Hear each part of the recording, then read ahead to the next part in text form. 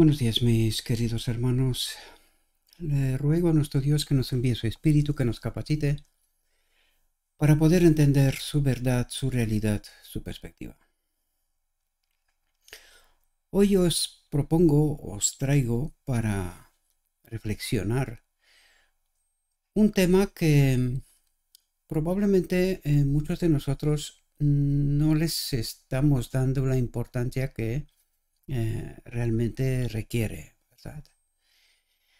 Y es de qué modo estamos atentos a la hora de asimilar la verdad que se nos presenta.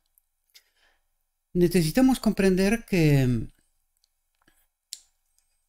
el remanente final recibirá mucha más luz que nunca, precisamente para terminar la obra, ¿no? En estos momentos. Y en momentos donde la oscuridad reina sobre toda faz de la tierra. Ahora, personalmente creo que la iglesia de la Odisea está muy descuidada en cuanto a este aspecto y se lo toma como una formalidad sin tratar de profundizar en este asunto. El tema de hoy está titulado como la levadura.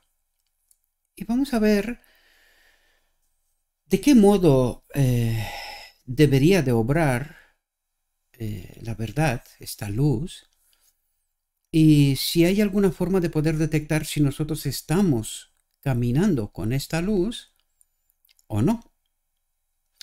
Para esto os he traído un texto de inicio que creo que es bastante revelador e importante y descuidado al mismo tiempo. Es el texto de Ezequiel 9. Es un texto que Dios, a través de la sierva, nos recomienda estudiar en profundidad, porque tiene que ver exclusivamente con la iglesia de la Odisea.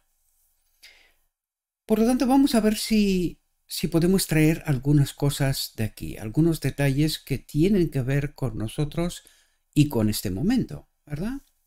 Por lo tanto, Ezequiel 9 dice: y la gloria del Dios de Israel se elevó de encima del querubín sobre el cual había estado al umbral de la casa, y llamó Jehová, es decir, el Padre, al varón vestido de lino, que es el Espíritu de Cristo, que tenía a su cintura el tintorero de escribano, y le dijo Jehová: pasa por medio de la ciudad, por medio de Jerusalén, y ponles una señal en la frente a los hombres que gimen y claman a causa de todas las abominaciones que se hacen en medio de ella. Es decir, estamos en el tiempo del sellamiento.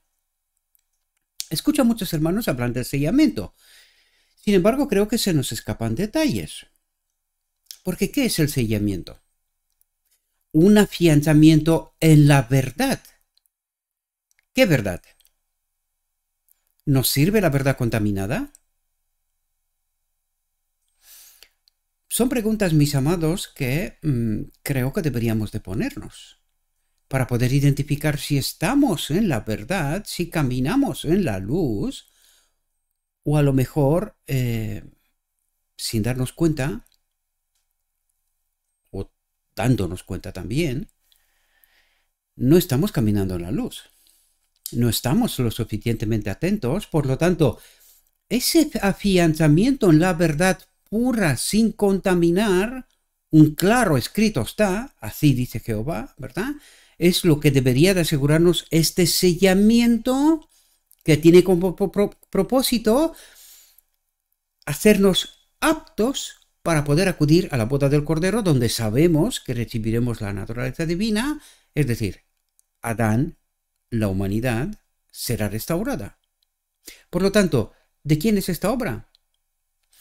Del Espíritu de Cristo. Como en este caso, el varón vestido de lino, que es el Espíritu de Cristo, que sella la verdad, confirma que la verdad está en este templo, la tenemos aquí, ¿verdad? Y que hemos echado fuera toda contaminación, toda falsa doctrina, toda mentira y engaño. Dice, y a los otros dijo, oyéndolo yo, pasad por la ciudad en pos de él y matad, no perdone vuestro ojo, ni tengáis misericordia, matad a viejos, jóvenes y vírgenes, niños y mujeres, hasta que no quede ninguno. Esto a mí, mis amados, me está poniendo los pelos de punta literalmente. Porque creo que no entendemos de quién está hablando aquí. Está hablando de la Odisea, del remanente, de la Odisea. ¿Cómo lo sabemos? Vamos a ver cómo lo sabemos. Dice, pero a todo aquel sobre el cual hubiere señal, no os acercaréis y comenzaréis por mi santuario. Es decir, por la iglesia. Y dice, comenzaron pues desde los varones ancianos que estaban delante del templo, es decir, por el liderazgo de la iglesia, y les dijo, contaminad la casa y llenad los atrios de muertos, salid, y salieron y mataron en la ciudad. Aconteció que cuando ellos iban matando y quedé yo solo, dice el profeta Ezequiel, me postré sobre mi rostro y clamé y dije, ay Señor Jehová, ¿destruirás a todo el remanente de Israel derramando tu furor sobre Jerusalén? ¿A quién está dirigido o quién está en este cuadro, mis amados? La Odisea, el remanente. El remanente. Y la pregunta clave es, ¿por qué toda esta matanza? ¿Cuál es la clave? ¿Por qué Dios sella al remanente del remanente? Porque fijaos cuáles son los signos identificativos de los que están sellados, es decir, afianzados en la verdad. Dice, ponles una señal en la frente a los hombres que gimen y que claman a causa de todas las abominaciones que se hacen en medio de la iglesia, queridos. Es decir, se salva un remanente de este remanente, ¿verdad? Y todos los demás morirán. Ahora, la pregunta es, ¿por qué? Están en la iglesia, ¿verdad? Están donde deben de estar. Pero entonces, ¿por qué están destinados a la muerte? ¿Por qué el profeta cuando ve esto dice, Señor, ¿destruirás todo el remanente? ¿Destruirás a todo el remanente de Israel derramando tu furor sobre Jerusalén? Si fuéramos a hablar en proporciones, ¿dónde está la mayoría? Entre los muertos, queridos. ¿Destruirás a todo el remanente? ¿Qué es lo que ve? ¿Qué es lo que le espanta al profeta? Que casi todo el pueblo morirá, perecerá. Y nosotros, por alguna razón, obviamos esta realidad. No lo sé por qué, pero estamos caminando triunfalmente como que somos el pueblo escogido, como que nosotros somos el remanente, que no hay más iglesia y que nosotros sí o sí seremos vencedores. Y creo, con toda la honestidad del mundo, que estamos obviando lo fundamental. Y el Ezequiel 9 está precisamente para despertar un pueblo que cree caminar triunfalmente, pero la desgracia es que no sabe hacia dónde. Esa es la gran desgracia. Por eso el profeta queda temblando, espantado. ¿Todo el remanente, Señor? Vamos a tratar de entender por qué ocurre eso. ¿Cuál es el problema de fondo? Y aquí entramos en nuestra reflexión que toca hoy, como la levadura.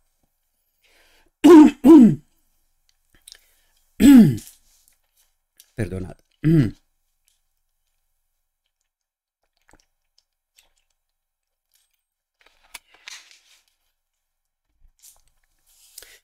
Dice, otra parábola les dijo. ¿Quién? Jesús. Dice, el reino de los cielos es semejante a la levadura que una mujer tomó y escondió en 3 medidas de harina hasta que todo quedó leudado.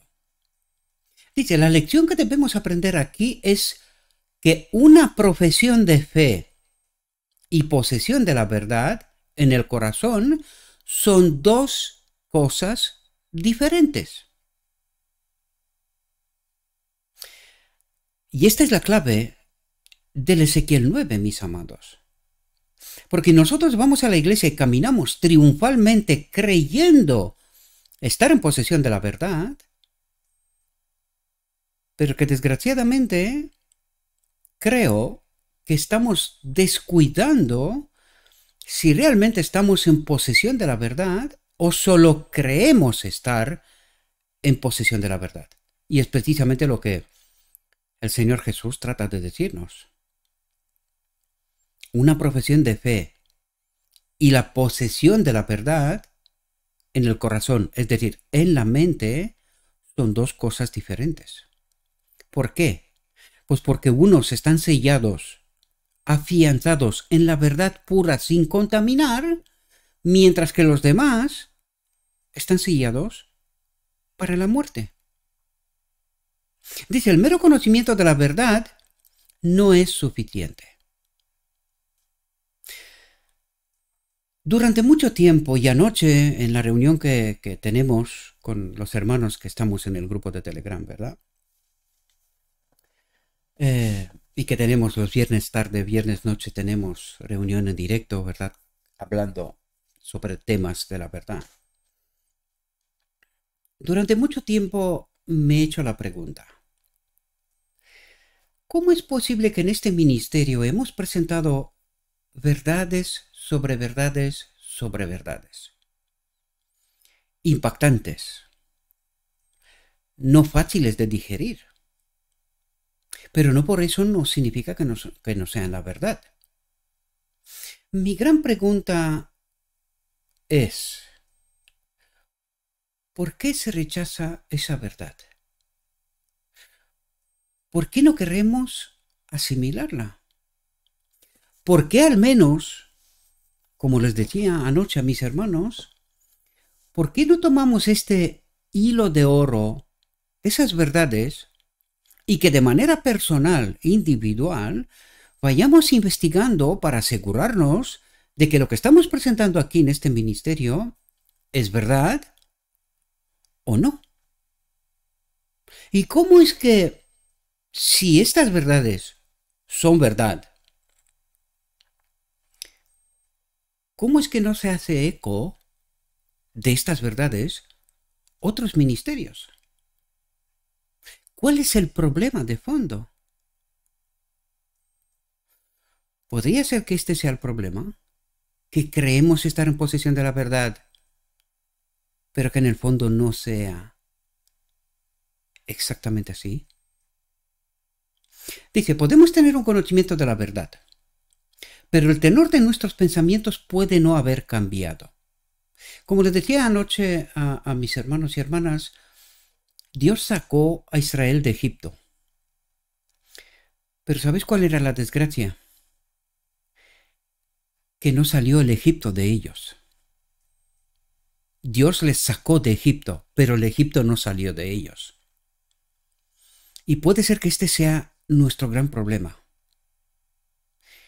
Que nos gusta tanto el Egipto, nos gusta tanto su doctrina, que a pesar de que Dios nos invita a santificarnos en la verdad, en lo escrito está, a pesar de las evidencias y a pesar de la luz creciente, ¿verdad?, que experimentamos en estos momentos finales, no queramos asimilar esta realidad. Y por consiguiente, el Ezequiel 9 es un hecho, una realidad que no queremos asimilar. No entendemos las consecuencias de no hacernos eco de la verdad, de la luz que Dios está proclamando, y al no hacernos eco, nos convertimos en instrumentos de un otro y que todos los que nos siguen van caminando con todos aquellos que rechazan la luz hacia la muerte, creyendo ser el pueblo escogido, el remanente. Dice, la semilla de la verdad puede ser sembrada entre espinos. Lo que decíamos antes, Dios trata de sacarnos de Egipto, pero la pregunta es, ¿pero el Egipto ha salido de nosotros? ¿O todavía está aquí dentro? Dice, a menos que un hombre tenga esa fe que obra por amor y purifica el alma de toda falsa doctrina, mentira y engaño, dice, es un inconverso. Nosotros caminamos entre los que se dicen llamar santos, purificados, que hayan salido de Egipto. Pero si no purificamos nuestra alma de toda mentira y engaño, Dios dice que todavía somos inconversos. No podemos ser sellados, afianzados en la verdad. Tampoco podemos participar de la boda del Cordero. Porque mentira y engaño no puede volver a entrar en el reino de Dios. Dice, cuando se introduce levadura en la harina, penetra en cada parte hasta que se produce un cambio parcial. Un cambio total, mis amados. Tiene que haber un cambio total, no un cambio parcial. No tiene que quedar nada de Egipto aquí. Así sucede con la obra del Espíritu Santo en el corazón humano. La verdad recibida y creída introduce nuevas reglas, nuevos principios de acción en la vida, se establece una nueva norma de carácter, la vida de Cristo. Pero si no queremos purificar este templo, no podemos caminar con nuevas reglas, con nuevos principios, con nueva acción en la vida. No podemos experimentar la vida de Cristo. Dice, los que así reciben la verdad dependen de Cristo y reciben cada vez más fuerza y cada vez más luz. Y yo pregunto, ¿dónde está esa luz? Y ese poder. Dice, diariamente expulsan de sus corazones la vanidad, el egoísmo, la justicia propia. A medida que reciben el Espíritu de Cristo, la luz brilla en ellos con rayos claros y nítidos. Tienen un sentido solemne de las realidades eternas, de donde no está sacando al Ezequiel 9. Entienden la auténtica realidad y sus consecuencias. Y han de obrar en consecuencia. No pueden decir, no, yo soy salvo, y cada uno, pues, aguante su vela, como dicen por aquí. ¿Verdad? Porque entonces este no es amor. Es otra cosa. Dice, así como, dice, hay una renovación de toda la mente y el corazón. Así como la levadura introducida en la harina leuda el todo, así la levadura de la verdad, si es introducida en el corazón, absorberá para sí todas las propiedades del alma, del cuerpo y del espíritu. Hay un sano crecimiento en la verdad, un sano caminar en la progresión, la comprensión de esa luz que emana de Cristo constantemente.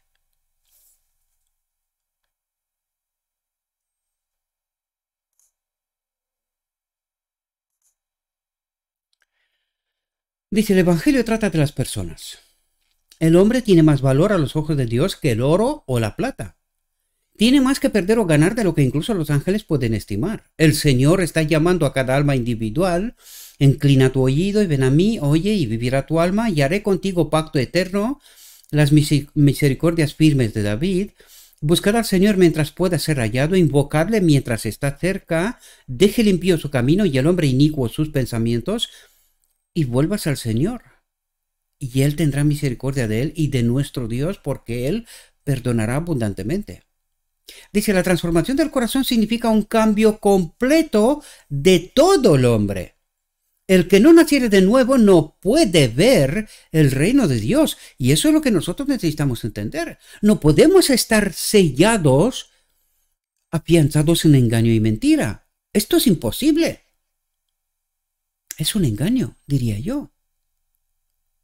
Declara Cristo, este cambio del corazón no se ve porque es una obra interior, y sin embargo se ve porque obra desde adentro hacia afuera. Es decir, una vez que entiendo la verdad, me hago eco de la verdad, de la luz que Dios envía, no importa a través de quién, esa obra una transformación y tendré que abrir la boca.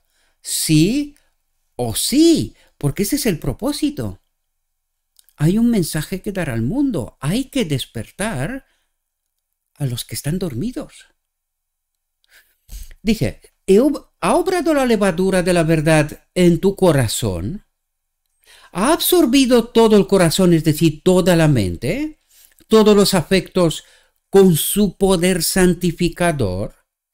Porque cuando esto ocurre, tú no te puedes quedar callado.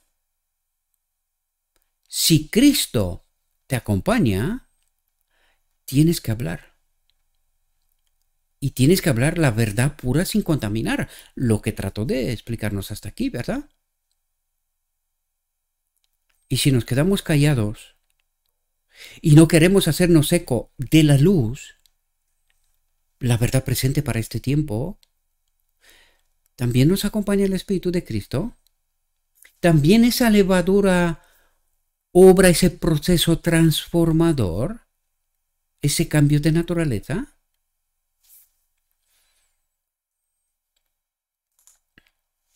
Dice, con el corazón se cree para justicia y con la boca se confiesa para salvación. ¿Entendéis? No te puedes quedar callado. Si te has hecho eco, has asimilado esa verdad presente para este tiempo, ¿verdad? Dice, ¿han sido alguna vez convictos del pecado de criticar, del pecado de hablar mal, de pensar mal, los que dicen creer la verdad? Si se niegan a ser convictos de esas cosas, brotará cizaña que nunca será matada por la verdad. Llegarán a ser peores que antes de oír de la verdad. Pueden haber tenido gran luz, como la tuvieron los judíos en los días de Cristo, y sin embargo, no ser mejorados por ellas, no ser transformados, ¿verdad? Dice, el pecado de la codicia dará su fruto. Impactante afirmación, el pecado de la codicia. Dice, cada palabra de incredulidad es una hoja de cizaña. Esta cizaña brota en el corazón de los que abrigan la codicia. Si se permite que la levadura de verdad haga su trabajo, matará esa cizaña.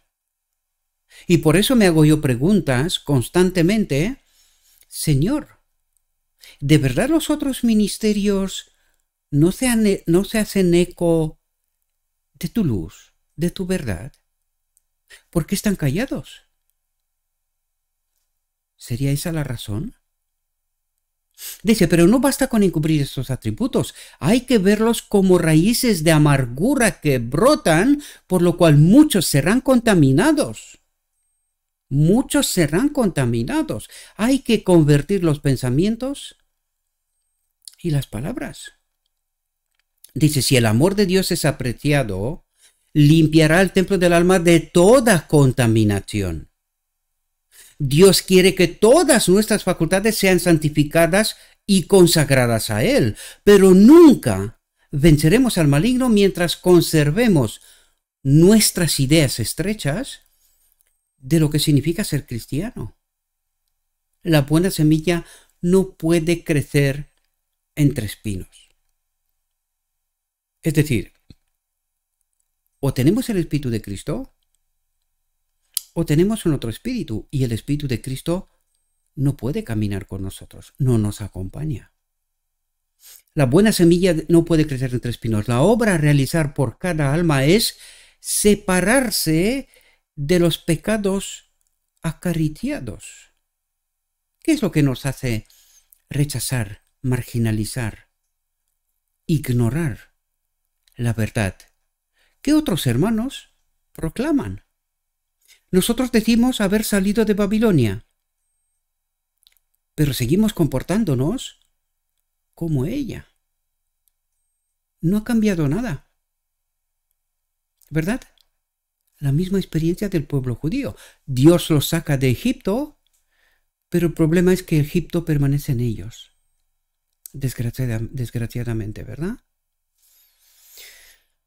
Dice, Cristo exige de nosotros más de lo que muchos están dispuestos a darle. Él se entregó por nosotros. Por nosotros se despojó de su manto real y dejó su corona real con su padre hasta que llegara el momento de volver a tomarla. Por nosotros se hizo pobre para que nosotros fuésemos enriquecidos con su pobreza, con su espíritu, con su naturaleza divina. Dice, cuando un hombre no es engañado por los sofismas de Satanás, cuando está plenamente despierto a su propia pecaminosidad, puede apreciar el poder de Cristo para ayudar. ¿Y qué es Cristo? Justo lo contrario de todo lo que somos, puro y desinteresado, santo y sin mancha. Ama a sus enemigos, es manso y humilde, condescendiente, paciente, justo y veraz. Siempre manifestó su entera sumisión a la voluntad del Padre. La bondad y la misericordia y la verdad son los atributos de su carácter, ese que tanto deseamos. Porque si no, difícilmente podemos acudir a la boda del Cordero sin ese carácter, no un otro. La palabra de Dios declara, debéis ser como Él. El alma penitente y humilde ve el contraste entre sí misma y el Salvador. Se da cuenta de que no está preparada para terminar su trabajo en este mundo. Se estremece al pensar en la imperfección de su propia vida en contraste con el carácter que debe tener si ve a Dios, si camina con Dios. ¿Verdad? Dice, nuestro primer trabajo es con nuestros propios corazones. Nuestro primer trabajo. Si aquí no hay un cambio, podemos trabajar mucho.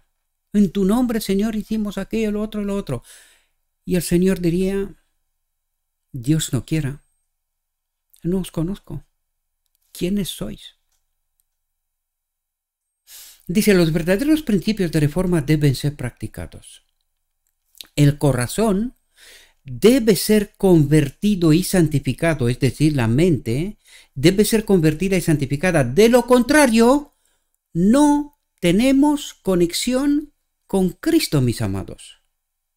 Y esto significa purificar nuestra mente de todo lo que es mentira y engaño, de todo lo que no es la verdad pura sin contaminar. Cristo no puede caminar con nosotros en mentira y engaño. Si eso fuera así, entonces alguien le tiene que pedir perdón a Adán en Edén. Y nosotros necesitamos entender cómo obra la ley, cómo se manifiesta la ley. Cristo es la ley, ¿verdad? Dice, mientras nuestros corazones están divididos, nunca seremos aptos para ser útiles en esta vida o en la vida futura. Y eso no significa que no estamos haciendo obras. La Odisea está haciendo obra. ¿Pero sirve? ¿Para qué es esta obra?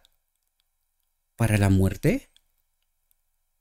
Yo creo que sería el momento de una introspección interior de manera individual y que nos hagamos la pregunta clave, diría yo. ¿Esta obra es para vida o es para muerte? Porque si tengo un ministerio y la obra es para muerte, ¿para qué hacer algo si el mundo está destinado para la muerte? ¿Para qué gastar recursos, tiempo, energía?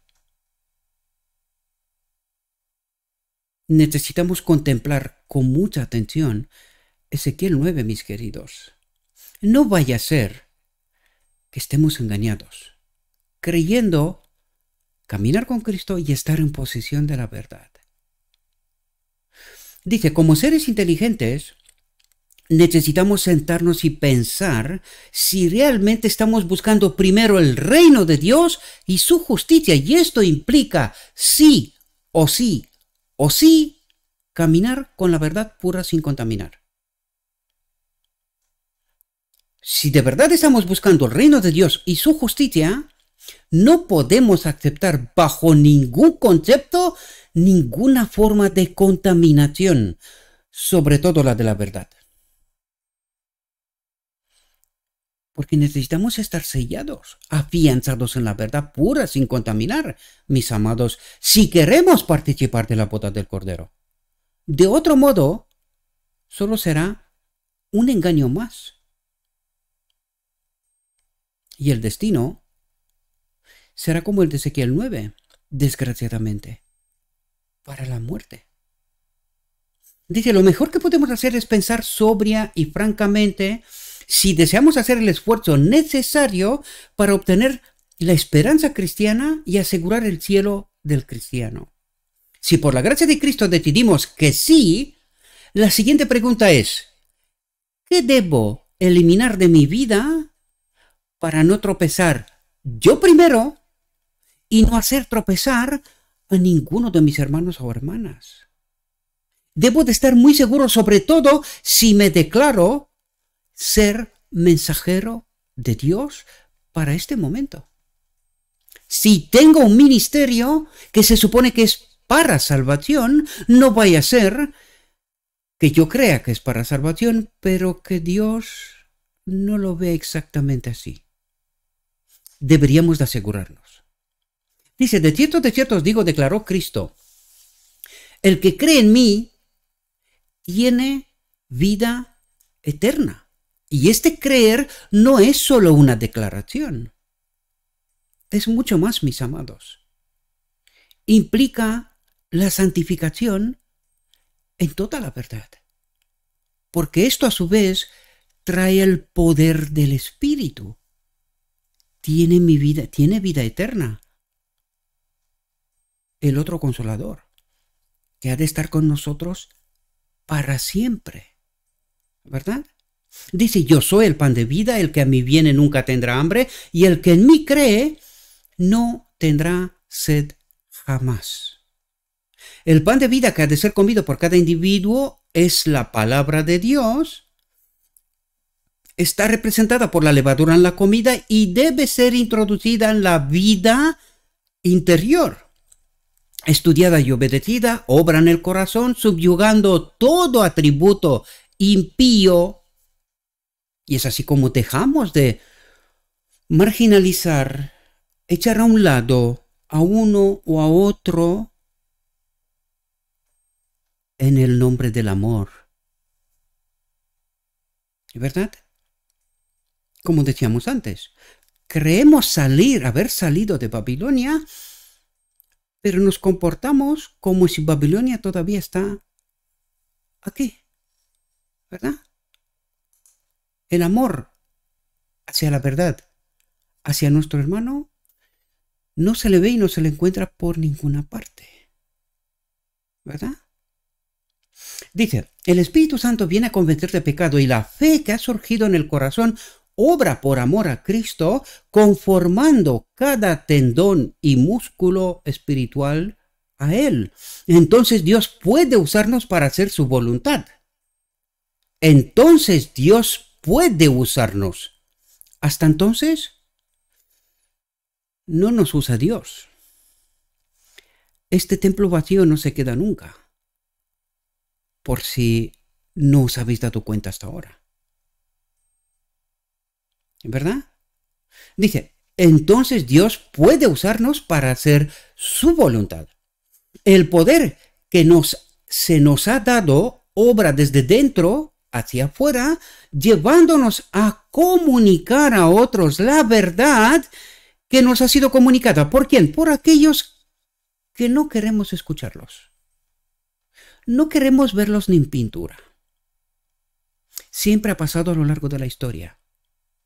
Los profetas que decían la verdad, los reyes y los príncipes de esta tierra, no los quería ver o escuchar. John C. Waggoner, 1888, la sierva hasta y después de aquel evento. ¿Y qué decir de hoy? ¿Qué decir de hoy? ¿Verdad? Dice, el lema de quienes han aceptado a Cristo como su líder debe ser: nunca fracasaremos ni nos desanimaremos. Si nuestra labor es una empresa lícita, es decir, si estamos seguros de que la verdad que estamos presentando es la verdad pura, sin contaminar, y que este evangelio es un evangelio para salvación, no para destrucción, entonces no hay razón alguna para estar desanimados. Pero no podemos aceptar como dado por Dios un trabajo que no nos acerque a Dios. Debemos trabajar siempre para hacer avanzar el reino de Dios. Entonces Jesús despidió a la multitud, se fue a la casa y se le acercaron sus discípulos diciéndole: decláranos la parábola de la cizaña del campo. Él respondió y les dijo: el que siembra la buena semilla es el Hijo del Hombre. Vino a sembrar el mundo con semilla de justicia, bondad y verdad. El campo es el mundo, la buena semilla son los hijos del reino, pero la cizaña son los hijos del maligno. El enemigo que la sembró es el diablo, la siega es el fin del mundo y los segadores son los ángeles. Así como se recoge la cizaña y se quema en el fuego, así será en el fin del mundo. Véase Ezequiel 9. ¿Verdad? Y el Hijo del Hombre enviará a sus ángeles. El Hijo del Hombre enviará a sus ángeles y recogerán de su reino a todos los malhechores, los echarán en el horno de fuego, allí será el lloro y el crujir de dientes. Entonces los justos brillarán como el sol en el reino de su Padre, ya que el campo fue purificado, ¿verdad? Por fin la verdad prevalece, destaca, ¿verdad? La naturaleza es el libro de lecciones del Señor que Él pone ante nosotros, a las mentes y los corazones de aquellos cuyas facultades se agudizan para discernir su discurso. Las cosas de la naturaleza les hablan con la voz de la naturaleza. Como la semilla crece, primero la hoja, luego la espiga y después el grano lleno la espiga, así crece la semilla de la verdad en los corazones de los que la reciben. Este es un símbolo del crecimiento espiritual que debe hacer el pueblo de Dios.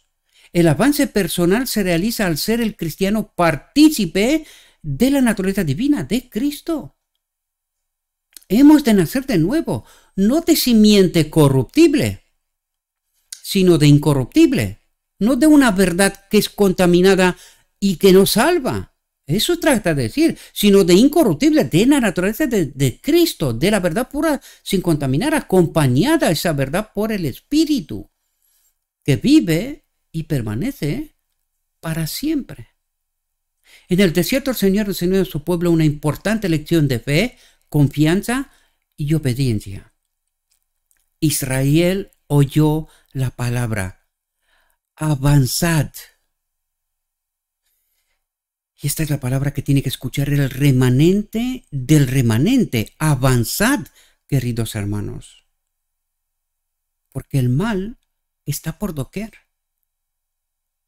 Su camino estaba al otro lado del Mar Rojo, pero obedeciendo siguieron adelante, y las aguas se retiraron, dejando un camino llano para sus pies. Y cuando estuvieron a la orilla del mar que habían cruzado, vieron a sus enemigos abandonados en sus aguas. Algún tiempo después de eso, su camino fue cercado por el rey de los amalecitas, que se oponía a su derecho de paso. Esto fue un obstáculo grave. Pero el Señor lo explicó: es para humillarte y probarte. Para humillarnos y probarnos. Para eso están las pruebas, dice.